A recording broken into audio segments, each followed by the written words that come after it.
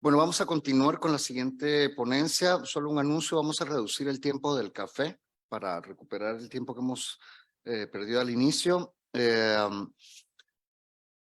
Vamos a continuar con la doctora Bárbara Arroyo. La ponencia se titula Los primeros años de la arqueología de Caminal-Cuyú, un análisis crítico.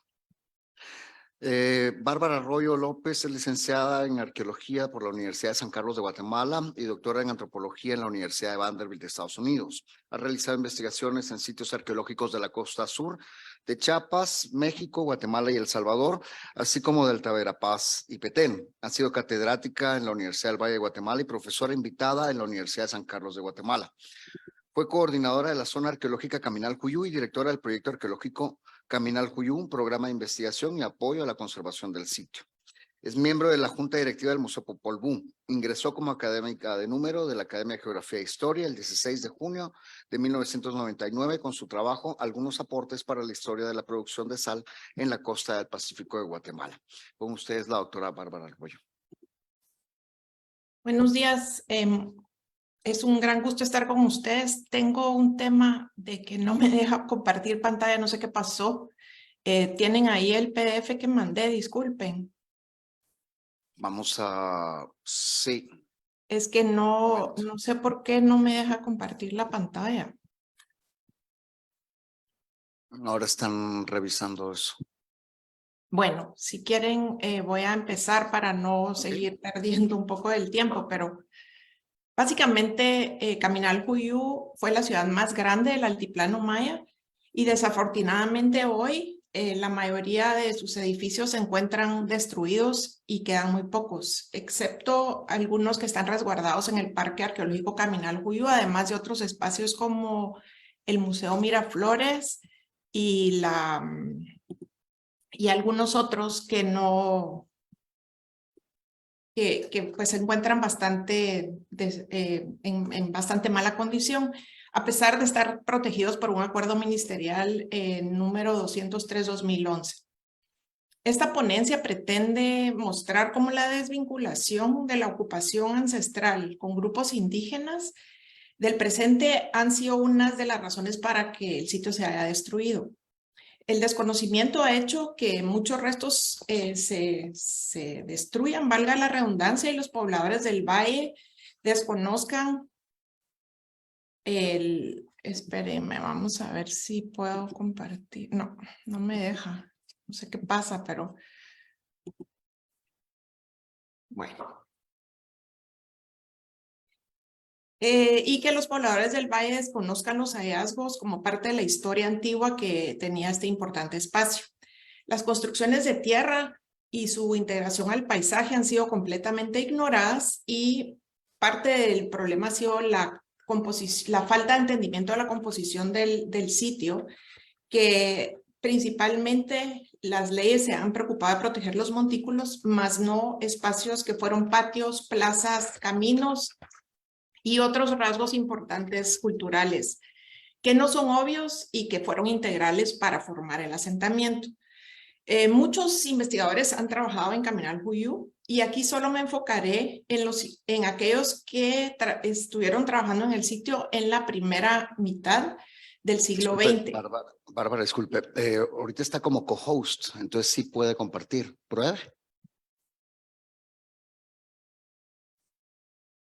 Es que creo que le escribieron, pero no sé si va a ver el mensaje. Sí, lo vi, pero fíjese que no sé, no me deja, no sé qué está pasando. Espérenme, vamos a ver aquí. Sí, no sé qué está pasando. Ah, creo que es, no sé si este es el problema creo que quedó encendida el anterior. ¿Pruebe ahora?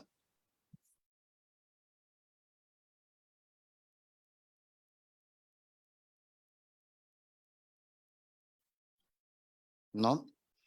Yo tengo la presentación de PowerPoint aquí. No sé si quiere Aquí estamos, ya estamos. ¿Ya está? Ok, perfecto. Era porque la otra se había quedado encendida.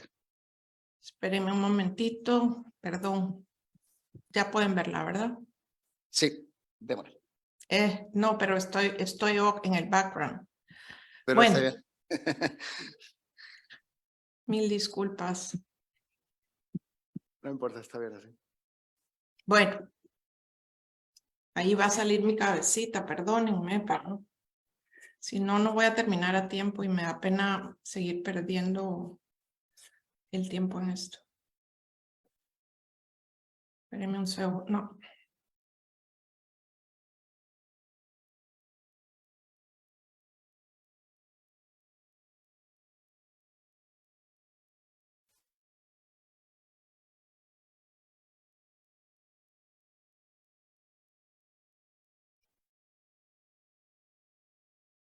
No sé qué está pasando, mil disculpas. Bueno, entonces les decía que solo voy a enfocarme en la primera parte del siglo XX porque muchos investigadores han trabajado en el sitio a partir de entonces y lo que importa es que estos antecedentes hablan un poco de por qué el sitio se ha destruido de la manera como se ha destruido. Desde que se trasladó al Valle de la Ermita, la capital del Reino de Guatemala, el sitio estuvo condenado a desaparecer. A manera de paréntesis y en el contexto de esta celebración de 100 años de la Academia de Geografía e Historia, muchos de nuestros académicos han estado involucrados en la investigación del sitio Caminar Juyú. Empiezo con la mención de Antonio Villacorta, quien fuera el primero en nombrar al sitio como Caminar Juyú, y que fue un resultado de la necesidad de juntar todas las fincas que se llamaban Esperanza, Providencia, Arévalo, Miraflores, Majadas y otras, y que Alfred Kidder, que fue uno de los primeros investigadores, le pidió para que por favor nombrara al sitio como un solo nombre y estableciera que era un mismo asentamiento. Fue así como le nombró Caminar Juyú, que quiere decir Cerro de los Muertos en quiché. Sin embargo, revisiones recientes de la lingüística sugieren que no es correcta la traducción, que eso más bien pareciera ser un cachiquel y que correctamente debería de ser Ucaminak Juyú. Van Ackeren ha propuesto el nombre de Chihuitz o Cerro del Maguey para Caminar Juyú, pero entre todas las explicaciones todavía no hay certitud sobre cuál fue el nombre original. La Academia de Lenguas Mayas sí recomendó suprimir todos los acentos de las palabras en idiomas mayas y unir el nombre Caminar Juyú en una misma palabra, y por eso es que lo usamos de esta forma. Antes del traslado de la ciudad de Guatemala al Valle de la Ermita, ya nuestros también reconocidos académicos Luis Luján Muñoz y Carlos Navarrete reportaron sobre el intento fallido de la vía de San Ildefonso de Castilla a partir de un documento encontrado en el Archivo General de Centroamérica. Este es muy importante porque es uno de los primeros que menciona la presencia de ocupación ancestral a través de demostrar el montículo de la culebra en el mismo. Después de esta referencia, Thomas Gage habla sobre un ídolo y rituales que se hacían en Misco y pareciera indicar que algunas esculturas, habían esculturas de madera y piedra, algunas de ellas posiblemente de Caminar Juyú. Más adelante, la recordación florida de Francisco Antonio Fuentes y Guzmán presenta una breve descripción del montículo de la culebra, así como de varios de los montículos del valle. Otra referencia temprana es la de un mapa de 1774, que ha interpretado como, que yo más bien he interpretado como la primera representación gráfica del sitio del lago Miraflores. Esta representación ni siquiera es reconocida por quien elaboró el mapa, pero la descripción del lago sugiere que representa a Caminar Juyú, pues a su lado aparece el texto que dice lomas de talpetate arenisco útiles para fábricas y terraplenes. En la presentación que no pueden ver, había colocado una imagen de Google para confirmar que el mapa corresponde al espacio que se identifica en el mapa. Unos 100 años más tarde, Caroline Salvin, acompañaba a ella, a su esposo Osbert Salvin, que era un botánico, visitó también Caminar Juyú y habla de que existen, y cito, dispersos a los lados de las lomas de Misco, un pueblo indígena. Yo conté cerca de 50 montículos indígenas, pero deben haber muchos más. Y también refiere una vista que cuando ella llega al valle encuentra a este asentamiento. Más adelante, Beren también escribe que en el sector oeste existen muchos pequeños montículos, algunos que están agrupados en líneas y cuadrados. Y habla de que allí se encuentran antigüedades. No sé si Beren llevó a cabo investigaciones, pero el hecho de que habla de eso sugiere algún tipo de excavación. Pocos años después, George Williamson, amigo de la familia Aycinena, visita el sitio de Naranjo y lo documenta, pero también cuenta sobre los montículos de Caminalcuyú. Algo que se amplía con la visita de Anne y Alfred Maudsley en su publicación A Glimpse at Guatemala, donde describen los montículos, pero también Alfred Maudsley ofrece el primer levantamiento topográfico del sitio. Ahí describe que hay más de 200 edificios, además de incluir fotografías del mismo reflejando un imponente paisaje que se vincula a los cerros, a los volcanes y alrededor del valle. El mapa de Maudsley, pese a su gran antigüedad, resultó ser bastante exacto, aunque solo incluye una pequeña parte. Otro personaje importante fue nuestro querido amigo, que ya lo mencionaron varias veces en esta celebración, Antonio Batres Jáuregui.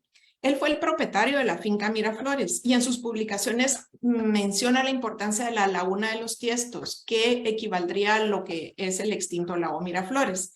Él refiere que, y cito, hay fragmentos antiquísimos de barro, ídolos de piedra y como a 3 varas de profundidad, esqueletos humanos cuyos huesos se deshacen ya al tocarlos.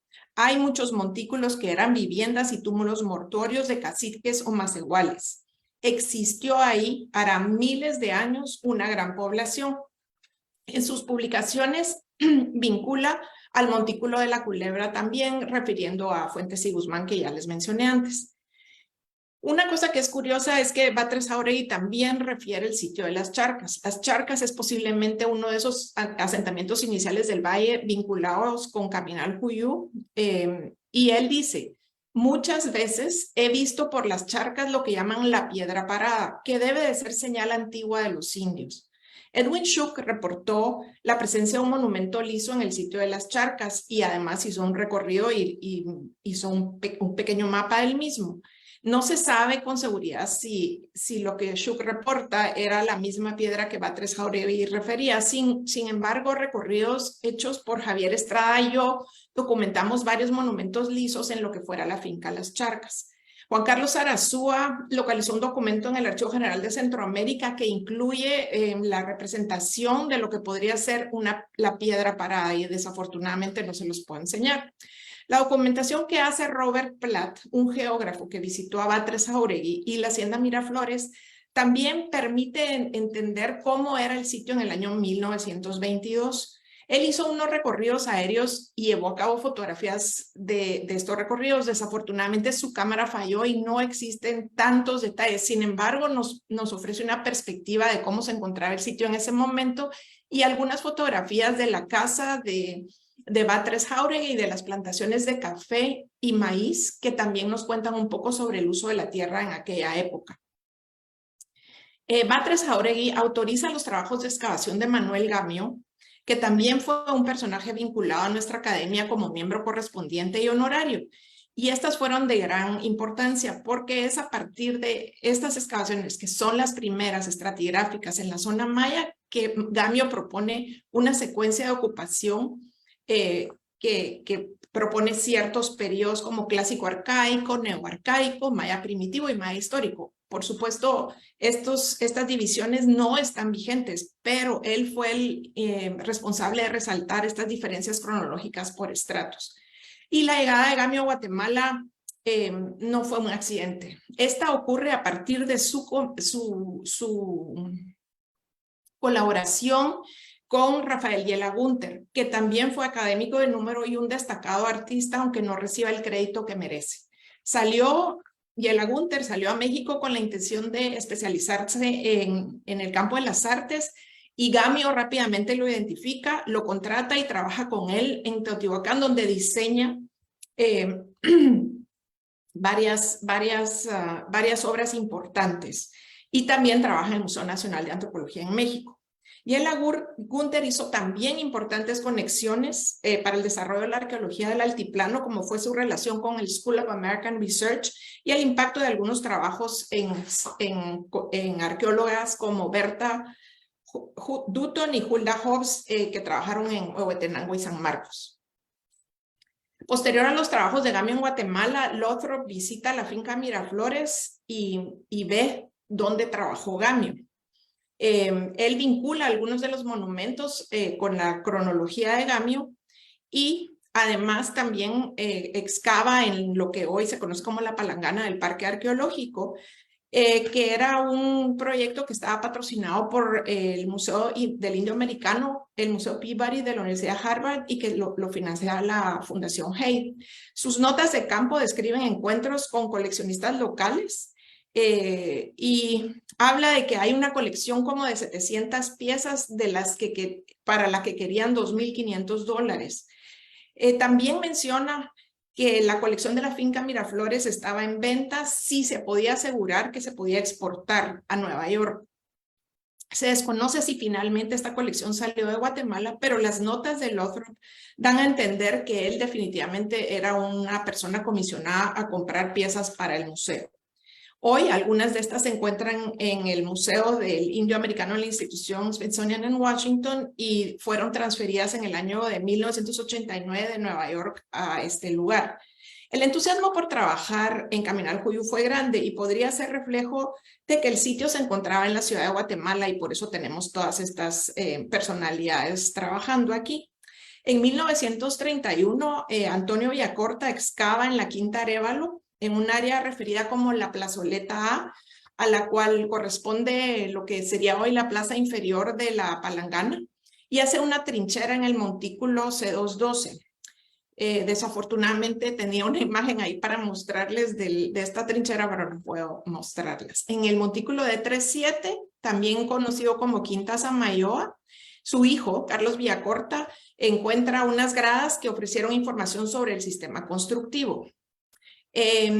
Villacorta tenía grandes intereses, diversos intereses históricos y arqueológicos, pero fue muy importante su protección al sitio de Caminalcuyú y es así como en el decreto gubernativo 791 de 1922, él protege a Caminalcuyú y otros 80 sitios como monumentos nacionales. Es curioso, sin embargo, que hay una contradicción porque al proteger el sitio contrasta con la visión que él tenía de los indígenas contemporáneos y cito en sus escritos. En la extensa comarca del departamento de Guatemala, antes de que los cachiqueles se extendieran sobre ella sus dominios, vivieron pueblos numerosos que sin embargo no eran autóctonos, sino probablemente de origen asiático, como lo comprueban los caracteres especiales de sus restos arqueológicos. Villacorta también dijo que los indios actuales eran raza enferma y degenerada, y cito, susceptible de ser mejorada por la inmigración o el mestizaje, nuevamente desvinculando al pasado del presente.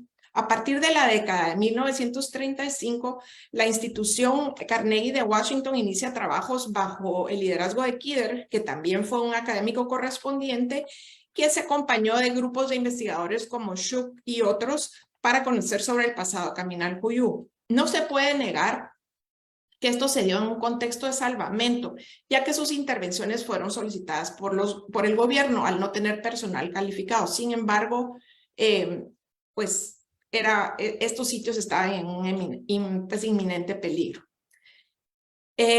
Lo que sí es importante, y quiero pararme aquí un momento, es que Kidder menciona en el año 49, y cito, a pesar de que las ruinas de las tierras altas en su estado actual no son nada espectaculares, ellas contienen materiales de mayor importancia arqueológica porque más que el Petén, las tierras altas estuvieron abiertas a las influencias del este y oeste, así como a las frecuentes incursiones de otros pueblos. Además, él menciona, si Guatemala quiere cumplir su obligación para con el mundo, debe cuidar de que sus ruinas antiguas se libren de la destrucción innecesaria y de la explotación con fines comerciales, que las obras de artistas y artesanos encontradas en las excavaciones o durante la realización de obras públicas se protejan y conserven para ilustración y recreo de las futuras generaciones. Curiosamente, la institución Carnegie lleva a cabo una serie de rescates en varios montículos, montículo A, montículo B, montículo E33, y unos excelentes reportes que hoy se pueden retomar y reanalizar y contribuir al entendimiento de Caminalcuyú. En las décadas de 1950 y 70 se observa que hay un compromiso institucional con contratos permanentes que se les dan a investigadores que estaban trabajando en arqueología, aunque no eran necesariamente arqueólogos profesionales locales, como fue el caso de Gustavo Espinosa, quien trabajara en el IDAE por muchos años y excavara y empujara a la protección del sitio. Recientemente he encontrado sus notas que supuestamente estaban desaparecidas y acaban de darnos una luz sobre la conciencia, el compromiso y la información que Gustavo Espinosa tenía. Más adelante presentaré las mismas. Después de este tiempo se ha perdido lo que algunos han llamado la mística gubernamental. Cuando surge la carrera de arqueología en la Universidad de San Carlos de Guatemala bajo la sombría de la Facultad de Humanidades, arqueólogos se forman y se profesionaliza el campo. Pero la mayoría de ellos paran trabajando en las tierras bajas mayas, dejando un poco desatendido el altiplano, posiblemente resultado del conflicto armado interno. No es sino hasta la época de los años 80 cuando se inician los grandes desarrollos que impactan directamente a Caminalcuyú, y es cuando el Departamento de Monumentos Prehispánicos y Coloniales empieza a hacer sus propias investigaciones y rescates. Esto fue valioso, sin embargo, hubo algunos fallos porque no se presentaban informes y los datos quedaban un poco en archivos y no había mucha divulgación. En lo que Kidder señalara sobre la responsabilidad estatal de cuidar el pasado no puede negarse. Sin embargo, otras urgencias y necesidades del país han impedido que las instituciones responsables por el cuidado del patrimonio no logren alcanzar sus objetivos. Si tan solo la ley de 1964, que fue una de las primeras que protegió Caminalcuyú por sí mismo, hubiera incluido espacios afuera de los montículos como las plazas, los patios y otras áreas planas, hoy tendríamos mejor conocimiento de la memoria ancestral. Entender el espacio del lugar donde Caminalcuyú estuvo asentado ha sido la tarea de muchos, pero generalmente se ha visto con ojos particulares, algunas veces de codicia, con enfoques particulares, sin considerar el gran conjunto arquitectónico y una narrativa coherente que cuente la historia integrada de esta gran ciudad. Urge que exista formalmente un programa amplio que involucre la educación y la puesta en valor de lo que va quedando de Caminalcuyú. Este programa debe ser institucional, vinculado a los ministerios de Cultura y Educación y no depender de fondos de programas de investigación que no vienen de presupuestos oficiales. Solo así se podrán hacer campañas reales de comunicación para fomentar el conocimiento, orgullo y protección de los restos ancestrales que son una huella de las culturas contemporáneas. Muchas gracias y pido disculpas por este fallo tecnológico. Gracias, Bárbara.